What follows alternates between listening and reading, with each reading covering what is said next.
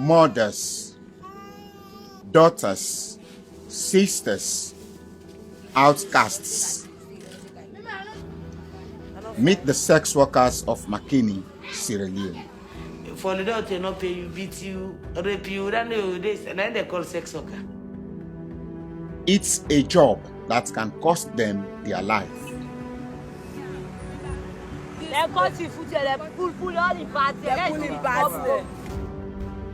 What's happening? What's happening?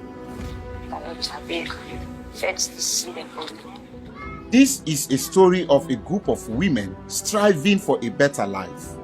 But is there any hope?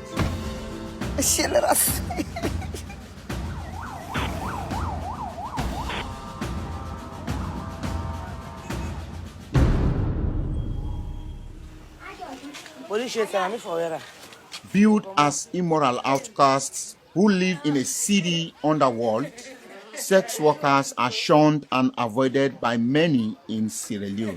Hey, sir, I'm not fine. You would tell me to me, Sabi. Welcome to the world of Lady P. She has been chosen by the sex workers to be their mama, their matriarch. Here is my resident. All of them, they are tenants. Some of them, they are my sisters. Some of them, they are my colleagues. And some of them, they are my... Come and see. My name is Tyson Conte. I'm a filmmaker and this is my hometown. This night, I am going to see sex workers go out for their business. We'll follow them to the streets. There are more than 1,000 sex workers in McKinney, hustling to survive. COVID-19 has made their lives even harder. I want to. I wait for you. Now, every client counts even more than usual.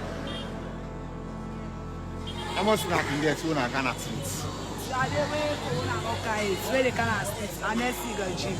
We get 150, 100,000, 80,000, 70,000. But now this stick already don't come. But I say we get 30,000 now. Then, a shocking reminder of the risks sex workers take to feed themselves and their families. Then yesterday I go kill so bad in Makamaya.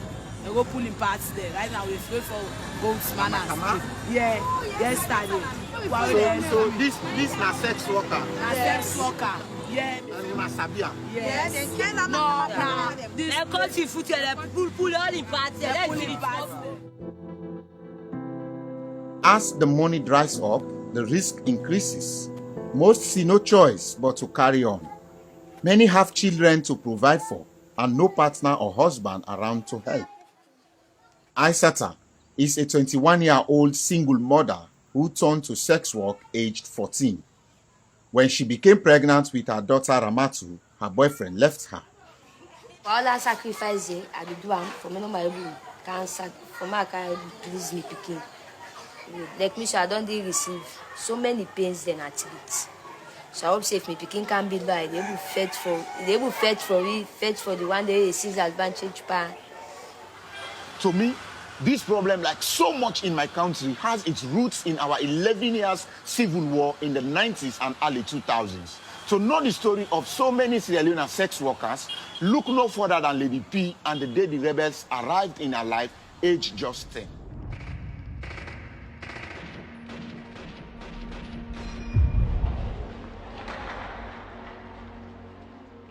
I didn't pay me, me and see them kill them. You cut this into the land, so they cut this into. That is if I know so much. I began that the way men.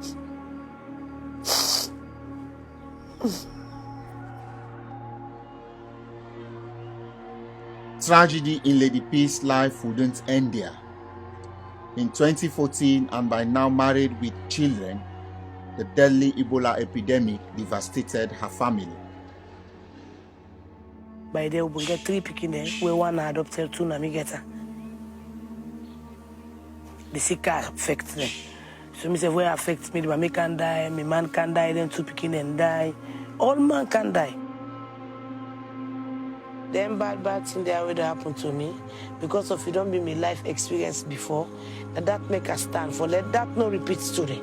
So because of that, I stand firm, I fight hard, I said to me last of me drop blood na ground for let see every sex worker know in right, get in right, no matter what.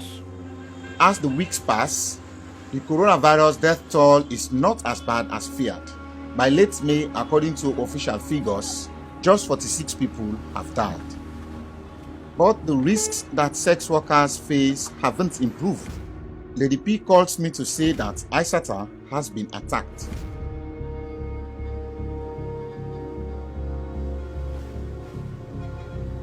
Well, the man go meet me in a club. I didn't take me clothes, in chair, and the clothes. They put me money in at 200,000. So now they put the fed. I the fed time for my common I do when take the gun. Because I can't kill me now. Not only does Aissata say her attacker was a police officer, but it was not the first time he'd allegedly beaten her up and robbed her.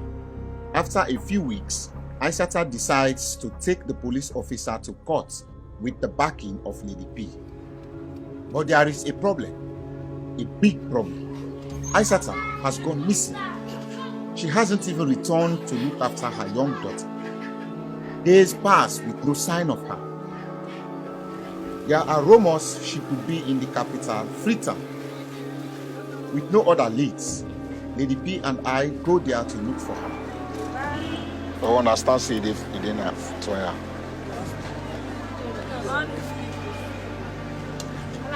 Yeah, make sure say me rest not come. One of Lady P's contacts called someone who might know more. She hands the phone to Lady P. Okay, the picture of the person as mosquito and yellow one. You get bobo in the teeth. Yeah.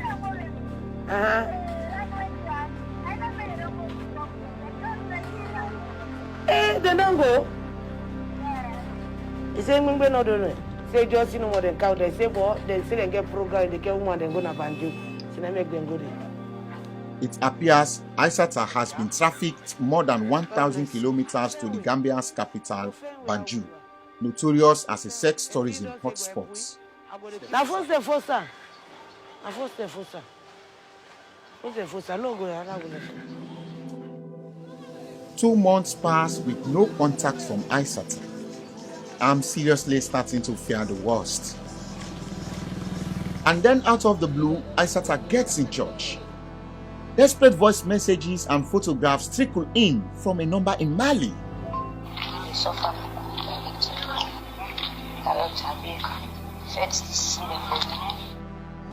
I tried to call Aissata back many times, but her phone rarely works.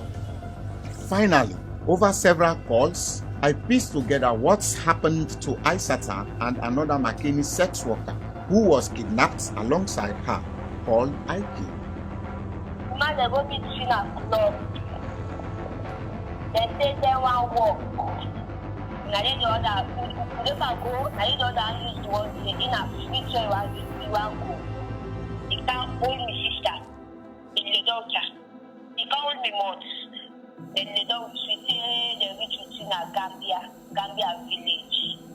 After a month, Aissata and Ike were trafficked further to Mali, where they were abandoned in a small mining village and were regularly raped by miners. If you are not going for rape, what did they do? Director, we know the family don't want to have a monocalor like this because the way they come from you, tell them they are attacking everything. We know the family don't want to have. I managed to track down Ike's mom, Kadiatu. She has not heard from her daughter for months. Mami ay kono. Maps ma kapapa bieg bets ang. Derolom pagbili. Opiara piali aneko. Kera tamalom ngal tene nanko. Derolom 2 days. Beka 3 days before chenokal diro odir no shit. Mine sabati arin 20 minutes check book. Chiang konto fili. Ande rampo. Konkin kono ba ni berai. Konkin asio ya. Ono tunoro mine biange kono bendi. Resti di kar buto la ka kurba shaba ka pa ka men ngo Carrefour.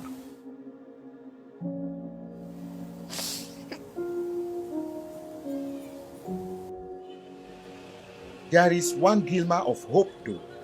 Aisata and Ike have befriended a miner called Abu, who is letting them use his phone to contact me.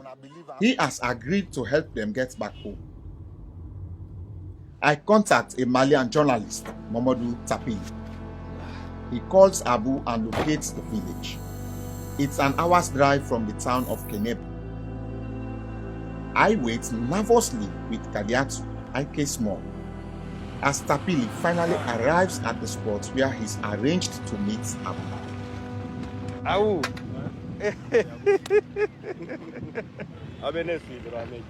D'accord.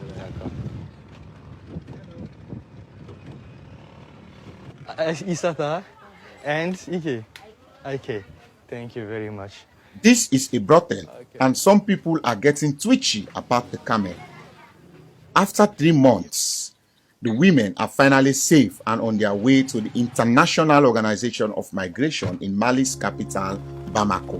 The IOM is a UN body which aids trafficked people. They have agreed to help Aisata and Ike return home. Hey, Aisata. Camera boy.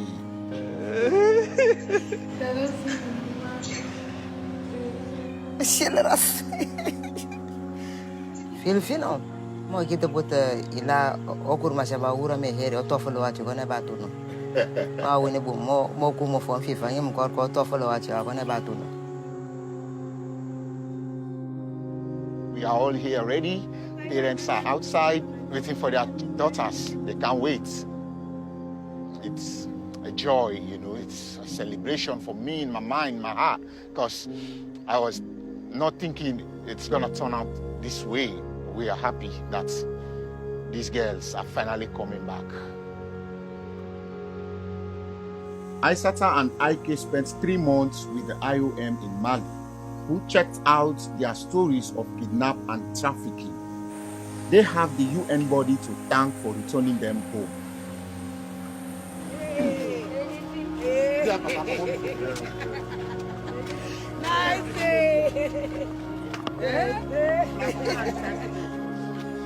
These lives that were almost lost, we regain them.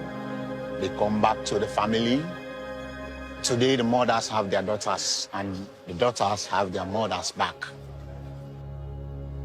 The question is, what kind of life will await them now?